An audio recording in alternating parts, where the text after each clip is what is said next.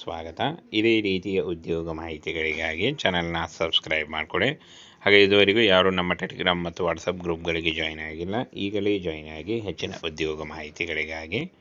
Friends, ಆಹಾರ ಇಲಾಖೆಯಿಂದ 5,000 ಹುದ್ದೆಗಳ ಬಗ್ಗೆ ಒಂದು ಇನ್ಫಾರ್ಮೇಷನ್ನ ಬಿಡುಗಡೆ ಮಾಡಿದ್ದೆ ನೋಡಿ. ಅಧಿಕೃತ ಒಂದು ಇನ್ಫಾರ್ಮೇಷನ್ ಬಿಡುಗಡೆಯಾಗಿದೆ. FCI ನೇಮಕಾತಿ, ಫುಡ್ ಕಾರ್ಪೊರೇಷನ್ ಆಫ್ ಇಂಡಿಯಾ ಆಹಾರ ಇಲಾಖೆಯಿಂದ ನೇಮಕಾತಿ ಆಗಿರುತ್ತೆ. ಹಾಗೆ ಕರ್ನಾಟಕ ಸೇರಿ ಆಲ್ ಇಂಡಿಯಾದಲ್ಲಿ ನೇಮಕಾತಿ ಆಗುತ್ತೆ ನೋಡಿ ಆಯ್ಕೆಯಾದಂಥ ಅಭ್ಯರ್ಥಿಗಳಿಗೆ. ಹಾಗೆ ಆನ್ಲೈನ್ ಮೂಲಕ ಈ ಒಂದು ಅಫಿಷಿಯಲ್ ವೆಬ್ಸೈಟಿಗೆ ಹೋಗಿ ನೀವು ಆನ್ಲೈನ್ ಮೂಲಕ ಅರ್ಜಿಗಳನ್ನು ಸಲ್ಲಿಸಬೇಕಾಗತ್ತೆ ನೋಡಿ. ಅರ್ಜಿ ಸಲ್ಲಿಸುವಾಗ ಆಧಾರ್ ಕಾರ್ಡು, ಹಾಗೆ ಕಾಸ್ಟ್ ಇನ್ಕಮ್ ಸರ್ಟಿಫಿಕೇಟು ಮತ್ತು ಲೈಟ್ ಬ್ಯಾಕ್ಗ್ರೌಂಡ್ ಇರುವಂಥ ಒಂದು ಫೋಟೋ ಬೇಕಾಗುತ್ತೆ. ಹಾಗೆ ನಿಮ್ಮ ಎಜುಕೇಷನಲ್ ಡಾಕ್ಯುಮೆಂಟ್ಸ್ಗಳು ಮತ್ತು ಕಾಸ್ಟ್ ಇನ್ಕಮ್ ಸರ್ಟಿಫಿಕೇಟ್ ಇಷ್ಟನ್ನು ತೆಗೆದುಕೊಂಡು ನೀವು ಆನ್ಲೈನ್ ಮೂಲಕ ಈ ಒಂದು ಅಫಿಷಿಯಲ್ ವೆಬ್ಸೈಟಿಗೆ ಹೋಗಿ ಅರ್ಜಿಗಳನ್ನು ಸಲ್ಲಿಸಬೇಕಾಗತ್ತೆ.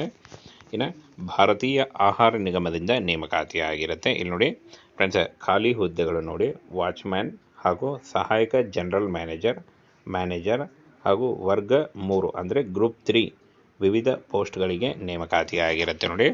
ಇನ್ನು ಒಟ್ಟು 5,000 ಹುದ್ದೆಗಳಿದ್ದಾವೆ ನೋಡಿ. ಟೋಟಲ್ ಆಗಿ 5,000 ಹುದ್ದೆಗಳಿದ್ದಾವೆ. ಹಾಗೆ ಈ ಒಂದು ಹುದ್ದೆಗಳಿಗೆ ಅಧಿಸೂಚನೆ ಅಂದರೆ ಫೈನಲ್ ಅಧಿಸೂಚನೆ ಹಾಗೂ ಅರ್ಜಿ ಸಲ್ಲಿಕೆ ಅತಿ ಶೀಘ್ರದಲ್ಲಿ ಶುರುವಾಗಲಿದೆ ನೋಡಿ. ಇನ್ನೇನು ಕೆಲವೇ ದಿನಗಳಲ್ಲಿ ಶುರುವಾಗಲಿದೆ.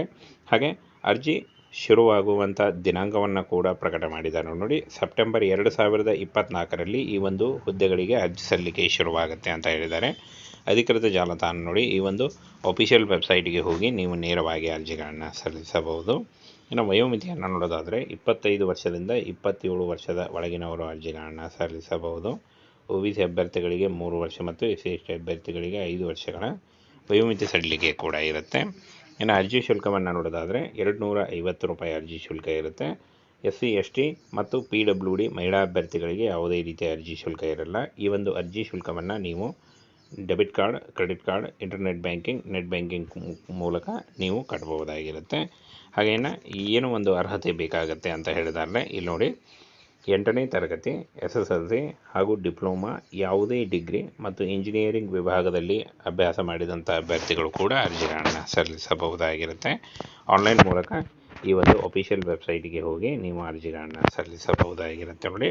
ಇನ್ನೇನು ಕೆಲವೇ ದಿನಗಳಲ್ಲಿ ಸೆಪ್ಟೆಂಬರ್ ಒಳಗೇನೆ ಈ ಒಂದು ಹುದ್ದೆಗಳಿಗೆ ಅರ್ಜಿ ಸಲ್ಲಿಕೆ ಶುರುವಾಗುತ್ತೆ ನೋಡಿ. ಆನ್ಲೈನ್ ಮೂಲಕ ನೀವು ಅಫಿಷಿಯಲ್ ವೆಬ್ಸೈಟಿಗೆ ಹೋಗಿ ಅರ್ಜಿಗಳನ್ನು ಸಲ್ಲಿಸಬಹುದಾಗಿರುತ್ತೆ. ಇನ್ನು